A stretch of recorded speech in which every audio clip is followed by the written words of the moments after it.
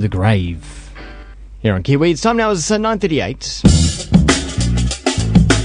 You're listening to the Radio Wammo Breakfast, only on Kiwi. Alright, what's going on in the box over the past week and what's coming up? It is Hamish Coleman-Ross from throngtv.co.nz or throng.co.nz. Yeah, throng.co.nz. TV. Well, you just go to throng.co.nz, you'll find us. Just need a link there. Yeah, it's just easy. muck around, you know. How you doing, Hamish? Good, man. Yeah, been Good. a busy week, but yeah, there's been a lot going on. TIVO's launched. TIVO launched on November the 6th, 2009. They had fireworks. It just happened to not be for the TIVO launch. Yeah. Yeah. I don't have one sitting under my TV yet. No, and neither do I. In fact, I got to be honest, I don't know why you would. No. Big reason for me being, the cost, and it's tied in with telecom. Yeah, the thing with TIVO is that its point of difference is that it offers a whole heap of online aspects. You know, you can download docos directly to your box, and hey, I've looked through the list and there's some great stuff there. Cinema of Unease with Sam Neill, great 1995 doco that they produced about the history of cinema in New Zealand. You can download for $2. Yeah. But you have to have a telecom connection. Bizarre. Absolutely ludicrous. You know, when we've got such a competitive market now for broadband. And I think that people that are media savvy are also, you know, internet connection broadband savvy as well. Like, I really believe that. And to turn around and be like, no, you got to buy this box, $920, and have the telecom connection. It smacks of like old world government department issuing the edict. It's straight back to the 70s or something. Only buy government approved radios. Yeah. You know, it is totally that. And I just think that it's very strange. I think it's missed the mark. It's too late. Yeah.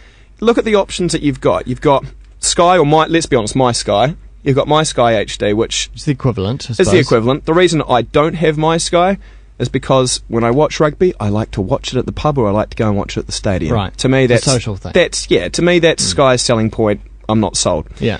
TiVo, I've just explained. But then when you look at something like Freeview, I think it's a really fantastic. You can buy whatever level of box you can either afford or you want. I got the cheapest.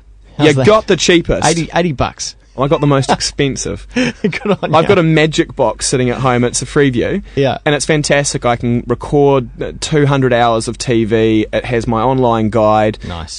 Flick through it. I can pause it if the phone rings. I can pause it, whatever. You know, it's got all the features of TiVo. Well, you know what I do? I like the thought of using a piece of Sky equipment, being the satellite dish on the house, and plugging that into a Freeview box. I just like the name too. Freeview. Yeah. You know, it's like, Yeah. I'm not paying for this. This There's is a lot. fantastic. Yeah.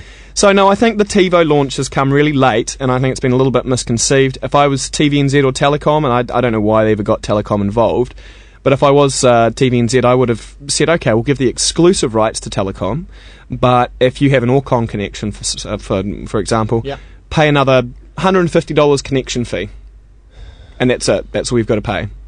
I would have done something like that to incorporate. I just feel that they've limited their market so much that, you know, maybe it is the future of TV, but we're not going to see it. Does it have all the channels? Well, this is the other thing. Two good reasons not to get a TiVo box.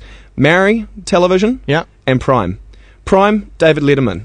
Brilliant show. Why would you not want to watch that? Yeah. Maori TV, ask your auntie. Yeah. No, actually, Ask Your Auntie's not on anymore, but the new incarnation... Homai Te Paki Paki. Hi My Te Paki Paki and Auntie Moves In, which is a really great show. Do you know about... Have you seen Auntie Moves In? No. These families, Maori families, have issues such as, say, diabetes is rampant in their household. You know, they're suffering from diabetes. Yeah. Auntie pulls up in a caravan, and she goes in and teaches them how to cook veggies and healthy food for a week, comes back in a month to see how they're going. Great. I watched this diabetes episode. Their blood sugars were just way down. Good. What a positive, great show. So, TiVo, my category, no. DIY Mariah is pretty good as well. Yes, indeed. Yeah. Okay, well, so TiVo, a no-go. What about this business with TVNZ and Bill English on the TVNZ 7 ad? Yeah, I think a great piece of marketing on TVNZ 7's part, to be honest. He had a channel that, you know, let's be honest, a lot of people don't really maybe know a lot about. I don't see TVNZ being 7 being promoted largely outside of TVNZ itself. You know, they have run ads and stuff. But I went along to the Spotlight on the Economy show, which Bill English had a big live satellite feed from. Yeah. Really fantastic programming, and the fact that it caused as much of a stink as it did and got coverage on the front page of the Herald, fantastic. For the right reasons, do you think? I mean, it did look like a party political broadcast. It did look like a party political broadcast, but I think when you went along to it, it wasn't. You know, they had Russell Norman, Richard, his name escapes me this early in the morning, from Labour, their economics minister, and Sir Roger Douglas. Yeah.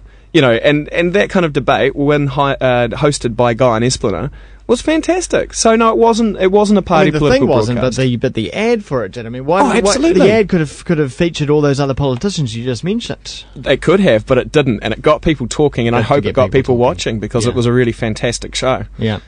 See, I mean, I rate TVNZ7. The news at 8, it surpasses any other news that's on TV. Yeah, no point in watching any 6 o'clock news. You may as well watch the news at 8. It's in depth. They've got long form interviews. You get a lot of world news, and you don't get all the crappy ads in between. I think TVNZ7's very well known within the industry, but I think consumers are still to turn on to it, and maybe by causing a little bit of a stink with their promotion for this analysis of National's first year, they're taking a big step towards that. Staying with TVNZ, Dancing with the Stars. It's a no-go. There will be no Rodney Hyde dropping dancers. There will be no Tim Shadbolt not being able to dance, and Suzanne Paul will not flash her flashy smile, and we won't see Jason Gunn's toupee. Now, some cynical people are saying, it's because there's no more celebrities left. They've done the dredges. I bet you there's like a little support group of B-grade celebrities that are crying, into their lattes this morning. Yeah. I mean, look, I think the format did really well. Wasn't my cup of tea, but I do know a lot of people enjoyed that show. But I think it's probably a good call, in so much as it's kind of expensive and the shine's gone off it as a format. But what is Candy Lane going to do now? Candy Lane will do what she always does, and she will just flash her smile, put on her best high heels with rhinestones all over them, and dance her way into another job. You reckon? Absolutely, yeah. Candy's a pretty optimistic person. She's always good. She's been bouncing around the scene for 15 plus years. She won't care. And Gunn's got his kids' studio in Christchurch anyway. He does. That's actually, I think it's something like someone told me a $7.5 million effort, that one. And Simon Pound on Media 7 recently went down and did an interview down there. Amazing facility. Incredible. Yeah. And I applaud him for wanting to build that down in Christchurch. And when I was talking to Janine Morel-Gunn at the Women in Film and Television Awards, I said to her, what are the advantages of being in Christchurch as opposed to Auckland? And she just said, well, number one, I cut out the Auckland bullshit. Yeah. And number two, she said, with their presenters and what now and stuff, she said they actually able to control them a little more, which I thought was interesting. Christchurch kids are more controllable. You wouldn't think so, but apparently so. Yeah. The youth in Christchurch, don't they run rampant? Finally, Pam Corkery's got another documentary on the way. She does indeed. It's Wednesday on TV3. I hope I've said that right. It's either Wednesday or Tuesday. I'm pretty sure it's Wednesday. And it's a follow-on to her Gangs in New Zealand series that she did. And it's about Asian crime in New Zealand. Okay. Oh, this could be controversial. Yeah, I mean, the Asian crime in New Zealand, we had her on a radio show that I do some work for a couple of weeks ago, and was talking to her about it, and she was saying that apparently only a third of Asian crime, like Asian on Asian crime, is even reported in this country. And so the level of extortion... you don't really hear about it until it's a major kidnapping or something. Yeah, exactly. Yeah. So, there's a lot of stuff going on that we don't know about. And Pam's been investigating it. And just as recently as last week, the New Zealand police withdrew their support for the documentary. And this was based on the fact that her husband, who is a barrister, and her had apparently put up the bail for a family friend who is in a gang. Okay. And they were sort of calling her, saying that she was a hypocrite and, making this documentary and then supporting a gang member in this way.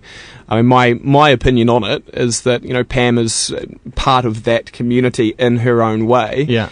And if you watch those documentaries, I'm sure that some of the gangs will watch this doco and did watch the last doco and went, hell yeah! That's us. Yeah? Fantastic. Yeah, absolutely. Is that a good thing? No, it's not. But then other people will watch it and say, no, I'm not sure about this. But at the same time, I think Pam's doco educates and informs you about, a side of the life, let's be honest, majority of people don't know anything about. And once we have an understanding, then maybe there's a way that we can combat it or whatever. But it's we a can great build those thing. bridges, Hamish. We can build those bridges, Wammo. But no, that'll be a really good doco. Pam's is, she's as coarse as sandpaper. Yeah. And exactly the right person to send in there. She's got big balls, that woman. Huge. On that note, we'll leave it at that. Thanks very much, Hamish Coleman-Ross. Throng.co.nz/TV. And Hamish CR? Hamish CR on Twitter. On Twitter. Love it. All right, it's coming up to 10 minutes